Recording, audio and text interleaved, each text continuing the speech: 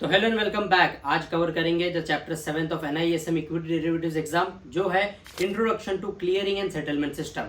ये चैप्टर थोड़ा वास्ट है, तो इसमें एंड तक बने रहना, क्योंकि इसके अंदर जो भी टर्मिनोलॉजीज है वो बहुत ही ज़्यादा इंपॉर्टेंट है, जो आपको मार्केट में तो काम आएगी, लेकिन एग्जाम पर्सपेक्टिव से MCQ के हिसाब से ये टर्मिनोलॉजीज बहुत ही ज़्यादा इंपॉर्टेंट है, क्योंकि यहाँ पर ऐसे कितने ज़्यादा क्वेश्चंस बन सकते हैं जो आपको इसके रिलेटेड एग्जाम में आ जाएंगे। सो ये चैप्टर को ध्यान देना, अच्छे से कर लेना, क्योंकि इसका वेटेज भी एग्जाम में बहुत है। और ये चैप्टर जैसे कि मैंने बोला कि थोड़ा बड़ा है, तो इसको आराम से देखना, और कुछ भी नहीं समझे तो please do let me ask in the comment section. तो बिना किसी रुकावट के आज के चैप्टर 7 की शुरुआत करते हैं। Let's get started.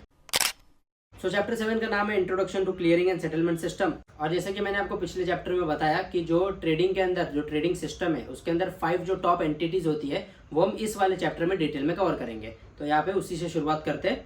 पहला होता है ट्रेडिंग कम क्लियरिंग मेंबर। ये क्या होता है? He can do both clearing and trading and can clear for other trading members also.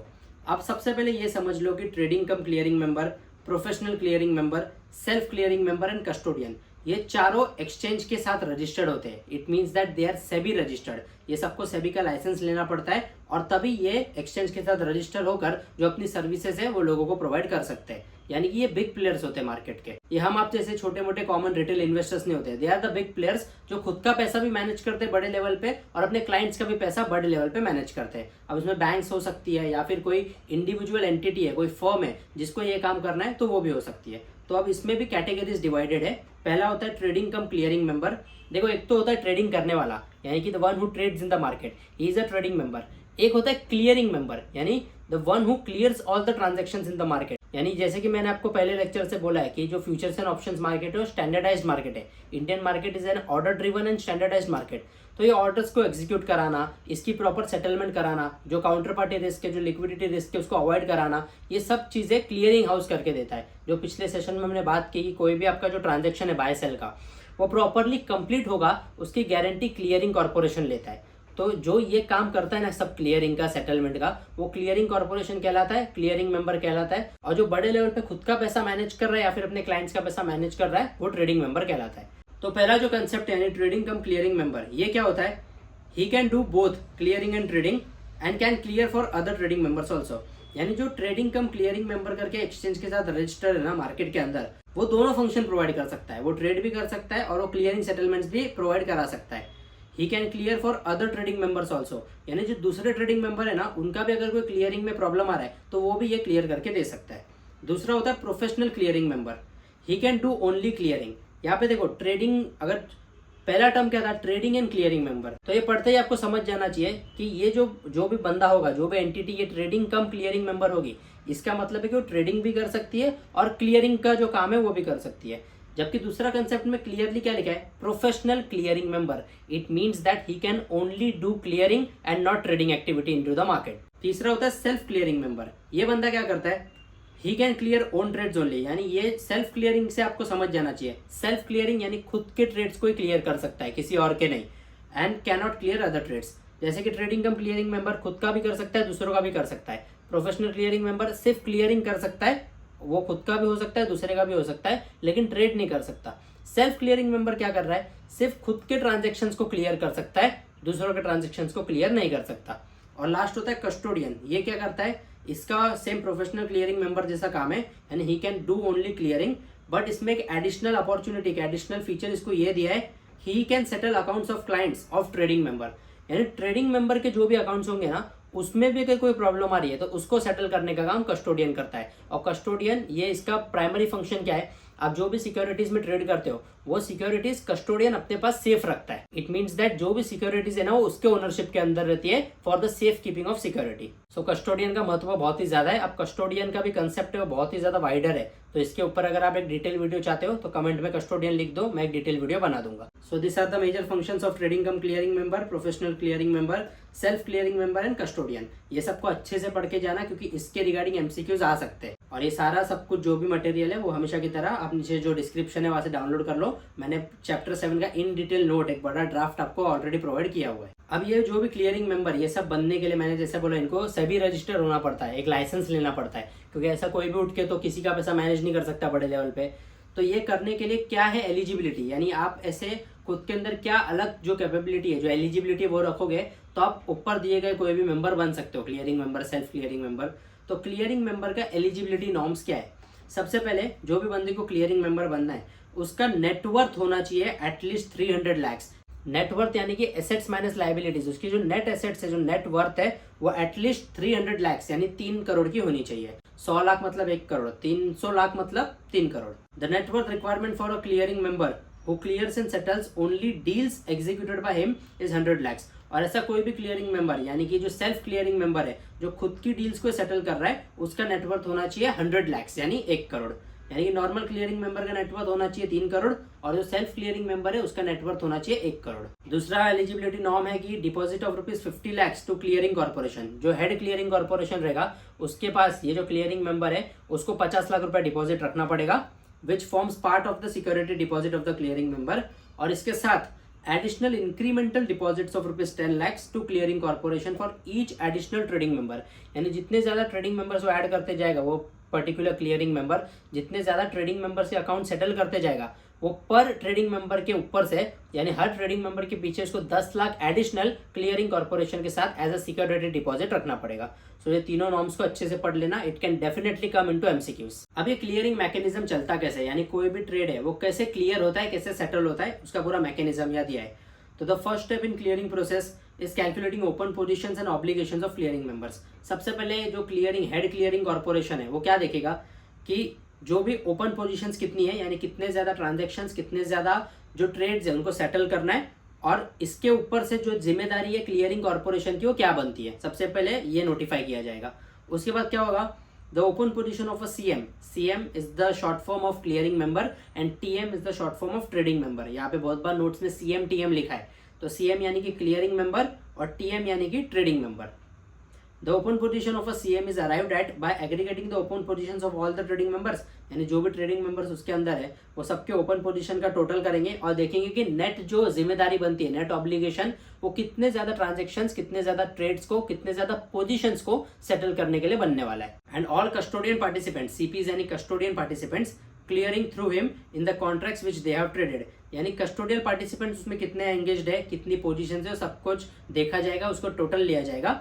उसके बाद क्या होता है, the open position of a trading member is arrived at by adding up his proprietary open position and client's open positions in the contracts which they have traded। तो clearing member की positions देखने के बाद देखी जाएगी trading member की कितनी position है। अब ट्रेडिंग मेंबर क्या करता है, खुद का भी पैसा ट्रेड कर रहा है और अपने क्लाइंट का भी पैसा ट्रेड कर रहा है, तो उसकी जो टोटल पोजीशन है वो कैसे कैलकुलेट होगी, जो ट्रेडिंग मेंबर ने खुद के पैसे लगा के मार्केट में ट्रेड किया है खुद के लिए, वो पोजीशन देखी जाएगी, और जो उसने क्लाइंट के लिए किया है वो पोजीशन देखी जाएगी। वो दोनों पोजीशंस को ऐड किया जाएगा और फिर उसका नेट ऑब्लिगेशन निकाला जाएगा। और इसलिए while entering orders on the trading system, trading members identify orders as either proprietary, जो प्रो ऑर्डर्स होते हैं, और क्लाइंट दैट इज CLI। अगर CLI है तो क्लाइंट का ऑर्डर है, और प्रो है यानी कि प्रोप्राइटरी ऑर्डर है, उस पर्टिकुलर एंटिटी, उस पर्टिकुलर ट्रेडिंग मेंबर का खुद का ऑर्डर है, खुद के पैसे से खुद के लिए। CLI ऑर्डर है, it means that it is for the client for हुम it is managing the money. एक बार प्रोप्राइटरी पोजीशंस कैलकुलेट हो गए नेट बेसिस पे, यानी बाय सेल करके जो नेट पोजीशंस ऑब्लिगेशन है वो कैलकुलेट हो गया फॉर ईच कॉन्ट्रैक्ट, और क्लाइंट्स का भी कैलकुलेट हो गया।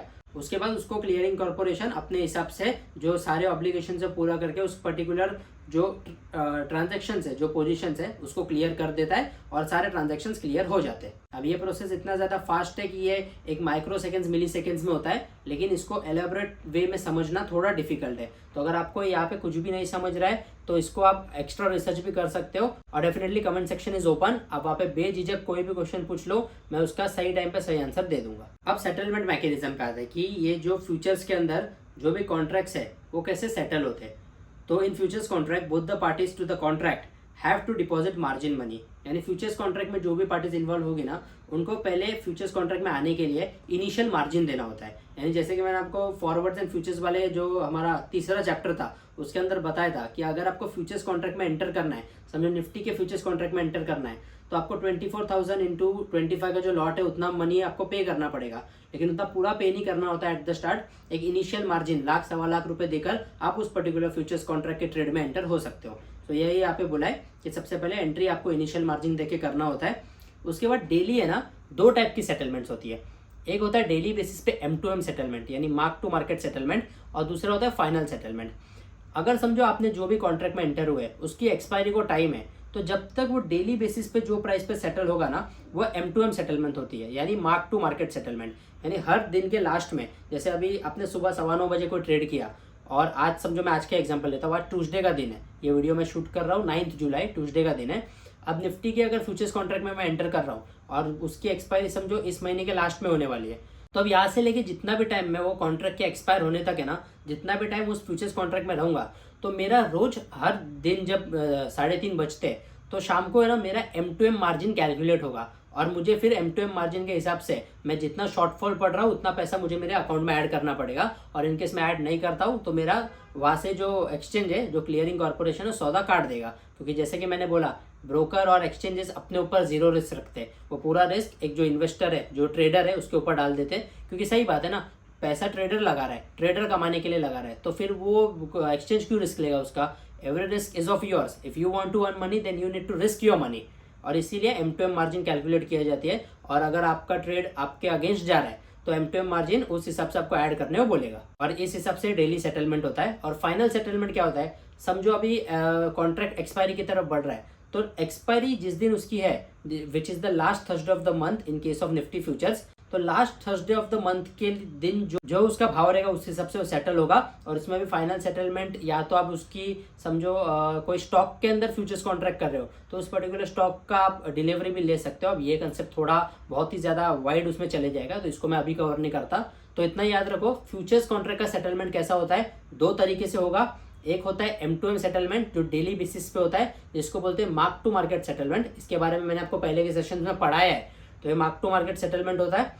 और दूसरा क्या होता है, दूसरा होता है final settlement, which is on the last day of that particular contract. तो इतना याद रखो, यहाँ पे डिटेल में मैंने पूरा एलोबरेशन इसका दिया हुआ है, वो पढ़ लेना, आपको समझ जाएगा। और यहाँ पे एक इंपॉर्टेंट बात ये है, M2M के लिए जो डेली सेटलमेंट प्राइस है ना, वो किस तरह डिसाइड होती है, तो उसका एक फॉर्मूला है जो बहुत ही ज्यादा इंपॉर्टेंट है, इसको अच्छे से याद रखना। अब ये फॉर्मूला जब शॉर्ट नोट्स में दिया है ना, तो थोड़ा कंफ्यूजिंग है, तो यहाँ पे स्क्रीन पे मैंने आपको इसका एग्जैक्ट फॉर्मूला दिया है। इसका फॉर्मूला क्या है, जो M2M की प्राइस है वो निकलेगी कैसे, सो वो निकलती है with the weighted average of the last 30 minutes of the price. अब वेटेड एवरेज किस तरह निकलता है, वो तो रेडिली आपको नंबर्स अवेलेबल होंगे। तो वो जो प्राइस है, M2M की प्राइस है, वो किस प्राइस के ऊपर निकलता है, उसका एक फॉर्मूला है। वो फॉर्मूला है F = S × E raise to RT। यहाँ पे इंटू ERT डायरेक्ट लिखा है ना, वो ERT डायरेक्ट नहीं है, E है, रेस टू RT है। अब इसमें F का मतलब हो जाता है जो फ्यूचर्स की प्राइस है, यानी M2M प्राइस आप जो कैलकुलेट करोगे, तो F वो है। और ये कैलकुलेट कैसे होगी, S × E⁻RT।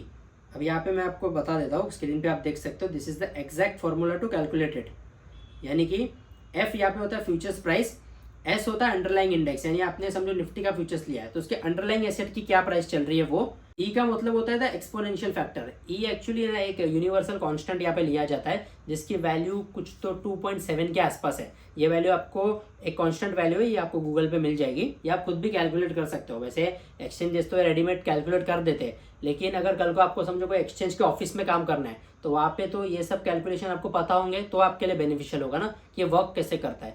तो वही जो डेली M2M सेटलमेंट की प्राइस है ना, वो एक फॉर्मूला से निकलती है, जो फॉर्मूला होता है द लास्ट 30 मिनट्स का weighted average price of that particular futures contract. और उसका फॉर्मूला है F = S × E⁻RT, where F जो हम निकाल रहे हैं वो है फ्यूचर्स की प्राइस, S होता है अंडरलाइंग इंडेक्स, E होता है exponential factor which is a universal constant, जिसकी जो प्राइस है वो 2.7 के आसपास है, मैंने स्क्रीन पर डिस्प्ले की हुई है। और E⁻RT का जो रेस टू RT है, वहाँ पे R का मतलब है 30 डे माइबर रेट, एंड जो T का मतलब है वो है टाइम रिमेनिंग टिल मैच्योरिटी, यानी कितना दिन उस पर्टिकुलर कॉन्ट्रैक्ट को मैच्योर होने के लिए बचा है, वो T से पता चलता है। और R होता है 30 डे का माइबर रेट। अब माइबर रेट क्या होता है, तो माइबर रेट ये एक शॉर्ट फॉर्म है, जिसका फुल फॉर्म होता है मुंबई इंटरबैंक ऑफर्ड रेट।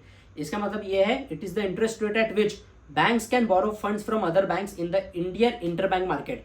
यानी एक बैंक दूसरे बैंक से क्या इंटरेस्ट रेट पे पैसा लेती है, वो जो रेट है उसको माइबर रेट बोला जाता है। और वही माइबर रेट जो है, जिसका फुल फॉर्म होता है मुंबई इंटरबैंक ऑफर्ड रेट, ये जो माइबर रेट है इसको ही हम फ्यूचर्स के settlement M2M settlement price calculate करने के लिए यूज करते हैं। सो ये फॉर्मूला बहुत ही ज्यादा इंपॉर्टेंट है for exam perspective, which is futures price = underlying index का price into E, that is universal constant, raised to R into T. R is the 30-day MIBOR rate and T equals to time till maturity. बस इस तरह settlement mechanism चलता है और ये settlement की जो साइकिल है वो होती है। दो टाइप की फ्यूचर्स पे सेटलमेंट होगी, M2M मार्क टू मार्केट जो डेली बेसिस पे, और जो फाइनल सेटलमेंट है वो जिस दिन फ्यूचर्स कॉन्ट्रैक्ट एक्सपायर होने वाला होता है उस दिन होती है। तो this is how it works. तो अब फ्यूचर्स कॉन्ट्रैक्ट के सेटलमेंट की बात कर ली, तो अब ऑप्शन कॉन्ट्रैक्ट्स की देख लेते हैं। यहाँ पे भी दो टाइप की सेटलमेंट होती है, एक होता है डेली प्रीमियम सेटलमेंट और एक final settlement. Daily premium settlement यानी हर दिन के लास्ट में जो प्रीमियम सबके सेटल होते हैं जिस प्राइस के हिसाब से, उसको डेली प्रीमियम सेटलमेंट बोलते हैं। और फाइनल एक्सरसाइज सेटलमेंट यानी जो ऑप्शन की एक्सपायरी है उस दिन उसका जो भी सेटलमेंट होगा वो उसका फाइनल सेटलमेंट होता है। और ऑप्शंस के अंदर फाइनल सेटलमेंट पे ये एक जो चीज़ है आपको बता दूं कि जितने भी इन द मनी कॉन्ट्रैक्ट्स है ना वो एक वैल्यू के साथ एक्सपायर होंगे, क्योंकि अगर आपकी जो स्ट्राइक प्राइस है वो आपकी स्पॉट प्राइस से अंदर है, so that contract will be said as in the money. तो अब फाइनल एक्सरसाइज सेटलमेंट ऑप्शन के अंदर जब भी होगा तो इन द मनी कॉन्ट्रैक्ट्स एक वैल्यू के साथ एक्सपायर होंगे, यानी वो जीरो पे एक्सपायर नहीं होते क्योंकि उसमें इंट्रिंसिक वैल्यू होती है। लेकिन जो भी एट द मनी और आउट ऑफ द मनी के ऑप्शन कॉन्ट्रैक्ट्स है ना वो जीरो या फिर एक छोटी मोटी वैल्यू पे 2 रुपये 5 रुपये पे बंद हो गए, और जो आउट ऑफ द मनी है वो तो जीरो पे ही बंद होता है क्योंकि उसमें टाइम वैल्यू जीरो हो जाती है। और जैसे कि हम सब जानते हैं कि out of the money contracts में इंट्रिंसिक वैल्यू तो होती नहीं है, it is fully based on time value. तो इतना याद रखो कि final settlement of option contracts, in the money contracts जो भी है वो एक वैल्यू के साथ एक्सपायर होते हैं, एट द मनी एकदम नेग्लिजिबल वैल्यू के साथ एक्सपायर होते हैं, और आउट ऑफ द मनी है वो जीरो होकर एक्सपायर होते हैं। अब net settlement of cash segment and futures and option FNO segment on expiry, ये क्या चीज है? A mechanism of net settlement of cash and FNO segments on expiry of stock derivatives has been introduced to ensure better alignment of cash and derivative segment, which reduces the price risk and allowing netting efficiencies to market participants. For an example, stock के अंदर जो expiry settlement है बहुत ही ज़्यादा अच्छी है, जिसको फिजिकल सेटलमेंट भी बोला जाता है। इसका मतलब ये है कि जो भी स्टॉक डेरिवेटिव्स, जो फ्यूचर्स कॉन्ट्रैक्ट है, जो ऑप्शंस कॉन्ट्रैक्ट है ना स्टॉक का, उसमें अगर आपने ट्रेड किया है और अब वो एक्सपायर होने के लिए 2 ही दिन बचे, क्योंकि 2 दिन पहले आप कोई भी फ्रेश ट्रेड नहीं ले सकते हो। अगर एक्सपायरी के 2 दिन पहले आपको कोई भी ऑप्शन कॉन्ट्रैक्ट स्टॉक के अंदर का उसमें अगर एंट्री लेना है ना, so you can't take entry, क्योंकि वहाँ पे 2 दिन दिया जाता है for physical settlement for existing positions. यानी फॉर एन एग्जाम्पल, मेरे पास अभी एक SBI का स्टॉक है और SBI का मैंने ऑप्शन कॉन्ट्रैक्ट खरीदा हुआ है। अब SBI का ऑप्शन कॉन्ट्रैक्ट मान के चलते 2 दिन बाद उसका एक्सपायरी हो जाएगा, तो अब मैं यहाँ पे जो एग्जिस्टिंग पोजीशन इसमें लिया हूँ और मुझे उसमें लॉस हो रहा है, तो मैं चाहता नहीं हूँ कि मैं इस पोजीशन को बेचूं।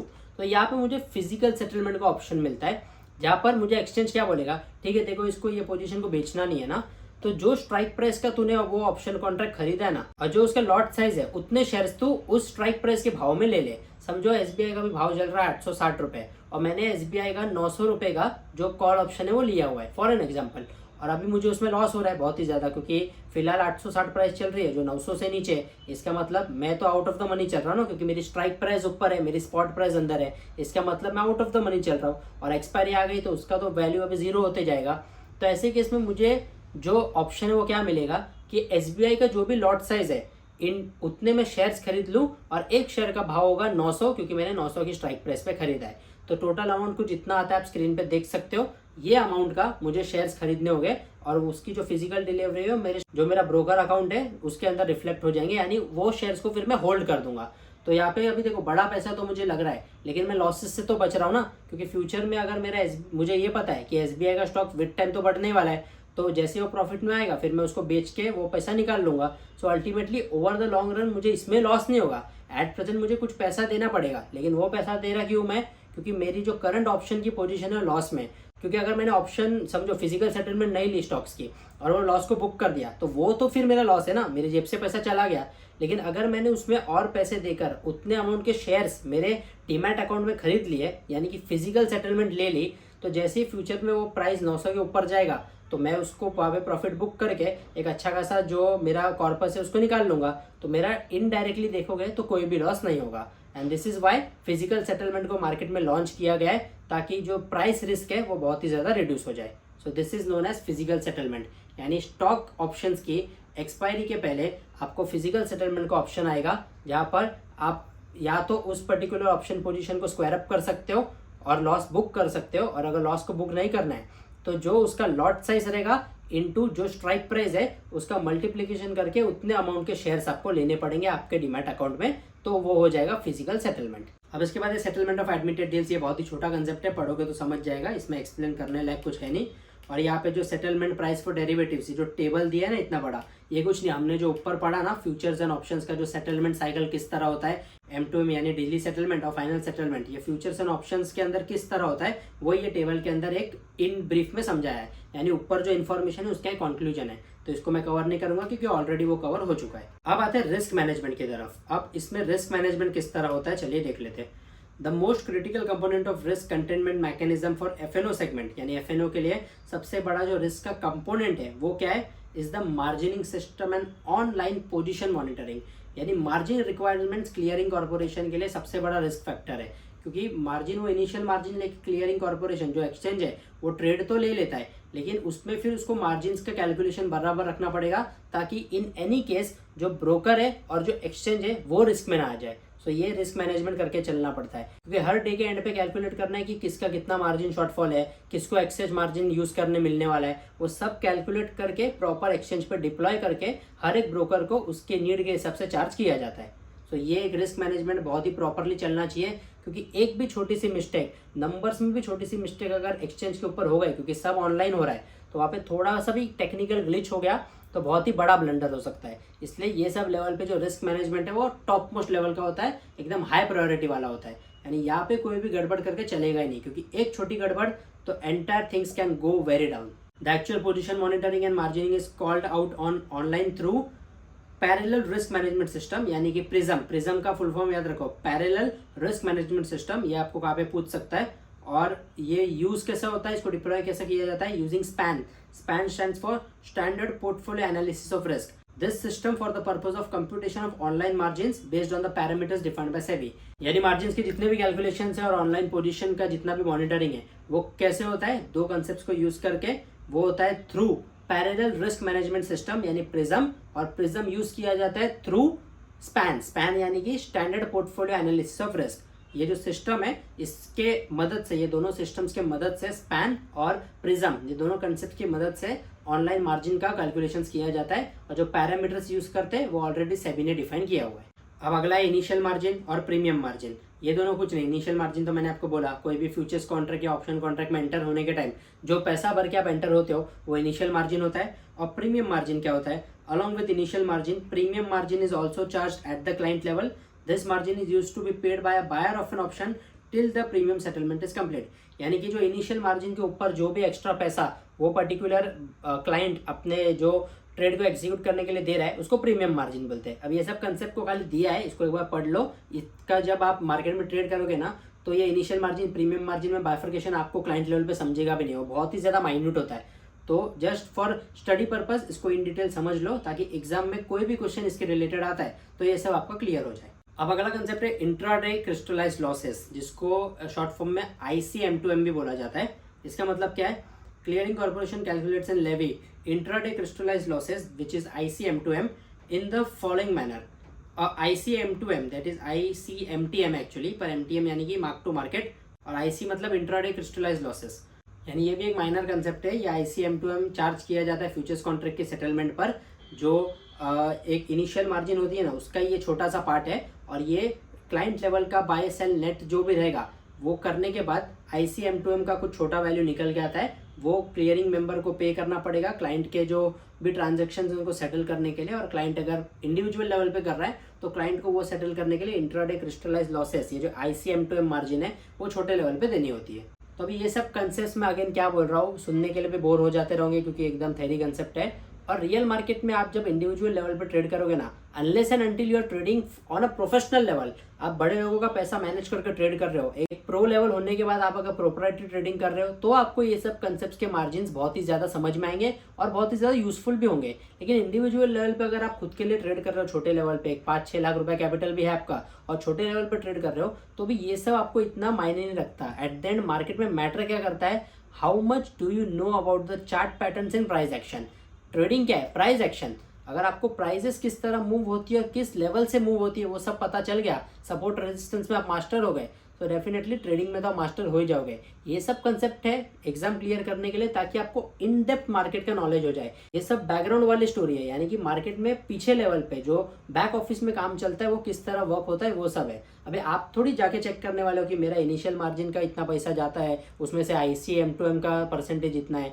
कोई कोई बंदे तो इतने घाई में होते हैं, सिर्फ अपना प्रॉफिट लॉस देखते हैं। उनको यही समझ आना चाहिए कि मेरा भाई पैसा कितना बन रहा है, उनको ये सब छोटी मोटी चीज़ों से लेन देन नहीं है। तो इसलिए एग्जाम पर्सपेक्टिव के हिसाब से ये सब पॉइंट्स को डिटेल में पढ़ लेना, क्योंकि वर्कबुक में तो ये सब डिटेल में दिया ही है, लेकिन मैंने आपको नीचे शॉर्ट नोट्स में भी दिया हुआ है, ताकि ये सारा अगर आप एग्जाम के पहले इन डिटेल पढ़ के जाते हो तो कोई भी क्वेश्चन इसके रिलेटेड आता है तो फटाक से माइंड में स्ट्रक ऑफ होना चाहिए कि यस इसका आंसर वो है, चारों में से ये ऑप्शन राइट है। वैसे भी ये 10 वीडियोस 10 चैप्टर्स जब कवर हो जाएंगे तो आपको एक 100 क्वेश्चन का मॉक टेस्ट में मेरी साइड से डेफिनेटली प्रोवाइड करूंगा, जहां पर हम इन डिटेल सारे क्वेश्चंस को सॉल्व भी करेंगे। अब समझते हैं एक इंपॉर्टेंट कंसेप्ट को, जो है position limits in the derivatives market. ये थोड़ा इंपॉर्टेंट कंसेप्ट है।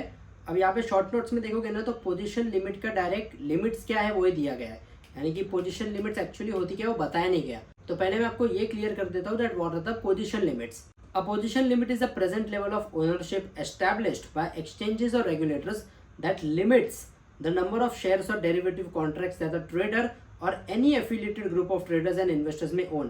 यानी कि मार्केट में आप ऐसा नहीं कि कितना भी ज्यादा, अगर आपका एकदम बेशुमार पैसा है, अनगिनत पैसा है, तो आप मार्केट के पूरी सिक्योरिटीज खरीद सकते हो। ऐसा नहीं कर सकते, क्योंकि ऐसा करने के बाद कंट्रोलिंग स्टेक आपके पास आ जाएगा और आप फिर कोई भी डिसीजन लेके आपके पर्सनल गेन के लिए मार्केट को मैनिपुलेट कर सकते हो। इसलिए ये इलीगल है, और यही करने से जो बड़े बड़े ट्रेडिंग एंड क्लियरिंग मेंबर्स है, वो जो दूसरे क्लाइंट्स का पैसा और खुद का प्रोप्राइटरी लेवल पे पैसा मैनेज करते हैं ना, तो उनको ये पोजीशन लिमिट्स को फॉलो करके चलना है। कि ऐसा नहीं उनके पास बहुत पैसा है तो वो पूरे मार्केट के सारे पोजीशंस को खरीद ले, सारे पोजीशंस को खुद ही ले ले और फिर अपने पर्सनल गेन के हिसाब से मार्केट को मैनिपुलेट करके डंप करके चले जाए। तो ऐसा होगा तो ये तो फिर बहुत ही ज्यादा इलीगल काम है, और इसी को रेगुलेट करने के लिए सेबी ने जो डेरिवेटिव्स मार्केट है उसके अंदर लिमिट्स दी है। So this is known as position limit, यानी कि एक जो पोजीशन आप ले रहे हो उसमें एक लिमिट है, आप उतना ही मैक्सिमम पोजीशन एक टाइम पे मार्केट में ले सकते हो। उससे ज्यादा लोगे तो आपको मार्केट से बैन कर दिया जाएगा, क्योंकि यहाँ पे रूल्स का कंप्लायंस नहीं होता है, and non compliance of rules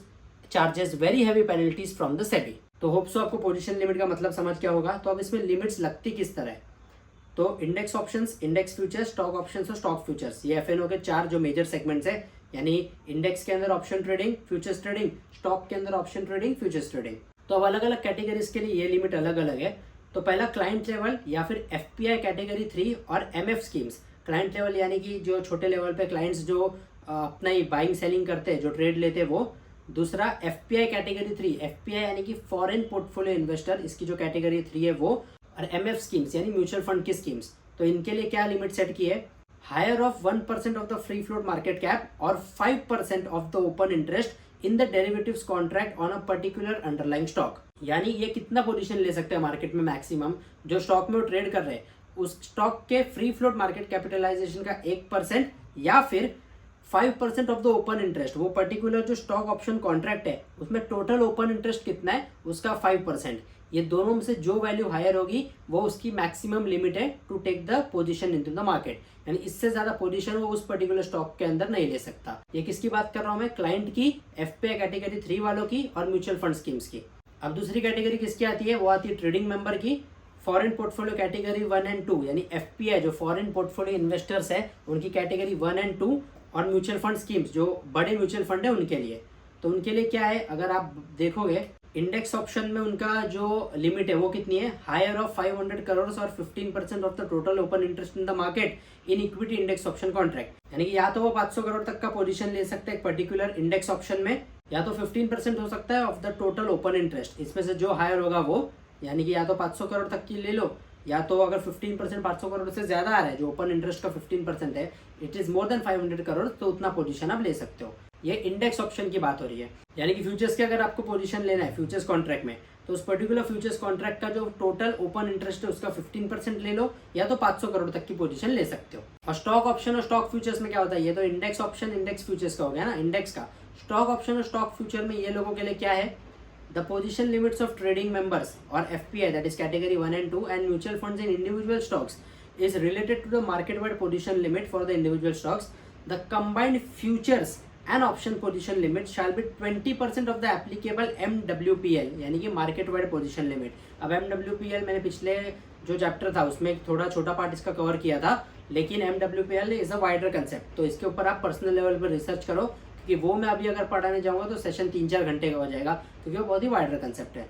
तो इतना याद रखो कि स्टॉक ऑप्शन और स्टॉक फ्यूचर्स में trading member FPI category 1 and 2 and mutual fund के लिए क्या लिमिट है, 20% of the applicable market wide position limit. MWPL का 20% combined futures and option position limit होना चाहिए। अभी ये सब देखो, इसको एक बार पढ़ के जाओ, ऐसा ही रट्टा मारने की जरूरत नहीं है। एक आध ऐसा अगर क्वेश्चन इसके रिलेटेड आता है और आपको नहीं समझ आ रहा है तो छोड़ भी सकते हो, क्योंकि अगर छोड़ दोगे तो 1 ही मार्क कटेगा, लेकिन अगर करके रॉन्ग हो गया तो 1.25 मार्क कटेंगे, क्योंकि हर रॉन्ग आंसर पे एडिशनल 2.5 मार्क्स कटता है। अब आते हैं स्टैंडर्ड ऑपरेटिंग प्रोसीजर यानी SOP की तरफ for handling stock exchange outage.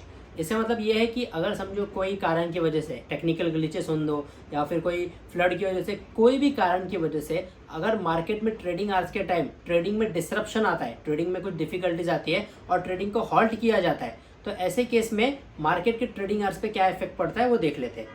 So if the resumption of normal trading at least 1 hour before scheduled market closure, यानी समझो इंडियन मार्केट का एग्जांपल लो तो 3:30 बजे हमारी मार्केट क्लोज होती है, तो सुबह 9:15 से 2:30 बजे के बीच में अगर कुछ प्रॉब्लम मार्केट के अंदर चली है जिसके चलते मार्केट में ट्रेडिंग को हॉल्ट किया गया था, ट्रेडिंग को रोक दिया गया था, लेकिन 2:30 बजे के पहले वो ट्रेडिंग रिज्यूम कर दी गई है, तो मार्केट में कोई भी मार्केट आवर्स में एक्सटेंशन नहीं होगा, यानी अब मार्केट 3:30 बजे ही क्लोज होगी। अब इसके चलते जो भी लॉसेस वॉसेस हुए वो तो इंडिविजुअल इन्वेस्टर, इंडिविजुअल ट्रेडर को सहने ही पड़ते हैं, क्योंकि ऐसा बहुत बार ग्लिचेस होते हैं मार्केट के अंदर। और इसलिए अभी जो सैटरडे को ट्रेडिंग होती है, देखो कभी कभी हर 1 महीने में सैटरडे को भी ट्रेडिंग रखते हैं, स्पेशल सेशन वो होता है DRS सिस्टम के लिए, यानी डिजास्टर रिकवरी मैनेजमेंट। जो डिजास्टर रिकवरी सिस्टम है ना हमारा पिछले वाला, यानी कि जो प्राइमरी सर्वर से सेकेंडरी सर्वर पर ट्रांसफर करते हैं, वो इसीलिए कर रहे हैं कि फ्यूचर में जब डेटा बढ़ते जाएगा, जो पार्टिसिपेशन में बढ़ते जाएगा, तो हमारा एक्सचेंज है, जो हमारा इंफ्रास्ट्रक्चर है ट्रेडिंग का, ऑनलाइन ट्रेडिंग का, वो उतना ज्यादा केपेबल रहे to handle all such activities. 1 घंटे के पहले मार्केट बंद होने के 1 घंटे पहले नॉर्मल ट्रेडिंग रिज्यूम हो गई,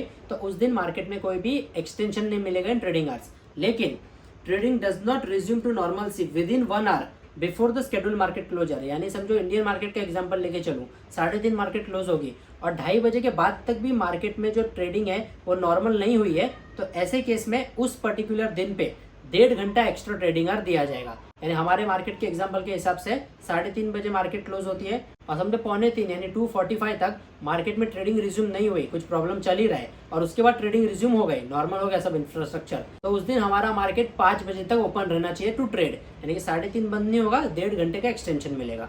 और सेम अगर outage happens during the last trading hour, यानी लास्ट 1 घंटे के अंदर कुछ प्रॉब्लम हो गया मार्केट के अंदर, तो ऐसे केस में भी 1.5 घंटे का एक्सटेंशन हमको मिलता है। तो इतना याद रखो कि मार्केट में ट्रेडिंग करने के टाइम कोई भी प्रॉब्लम होती है और ट्रेडिंग को हॉल्ट किया जाता है, और वो अगर 1 घंटे के पहले रिज्यूम हो जाती है, तो मार्केट में कोई भी एक्सटेंशन नहीं मिलेगा इन ट्रेडिंग आवर्स। लेकिन वो लास्ट 1 घंटे तक भी अगर रिज्यूम नहीं होती और 1 घंटा जो बचा है उसके अंदर जाके रिज्यूम होती है, तो 1.5 घंटा मार्केट में एक्स्ट्रा जो ट्रेडिंग है वो करने दी जाएगी। तो this was the SOP procedure for handling stock exchange outage. SOP stands for standard operating procedure. So with this we have completed our 7th chapter of introduction to trading and clearing settlement। अब इसके जो regarding आपको कोई भी doubt है, कोई भी concept नहीं समझता, क्योंकि इसमें बहुत से ऐसे कंसेप्ट है अगर आप पहली बार सुन रहे होगे तो आपको नहीं समझेगी, इसलिए वीडियो को वापस से देख लो, स्लो करके देख लो, जैसा भी आपके नोट्स बना लो, और कोई भी डाउट है so please feel free to ask me in the comment section, मैं डेफिनेटली उसका आंसर दूंगा। बाकी अगर ये वीडियो का कंटेंट आपको पसंद आया हो, मेरी मेहनत पसंद आई हो, मेरा एक्सप्लेनेशन करने का तरीका आपको अच्छा लगा हो या फिर बुरा भी लगा हो, तो do let me know in the comment section. आपका फीडबैक दो, क्योंकि फीडबैक बहुत ही ज़्यादा इंपॉर्टेंट है to improve myself for providing a better content for you. बाकी प्लीज़ वीडियो को लाइक कर दो, शेयर कर दो, और ऐसे इन्फॉर्मेटिव और वैल्यूएबल कंटेंट के लिए चैनल को सब्सक्राइब भी कर लो। This is Mohit Lamba signing of.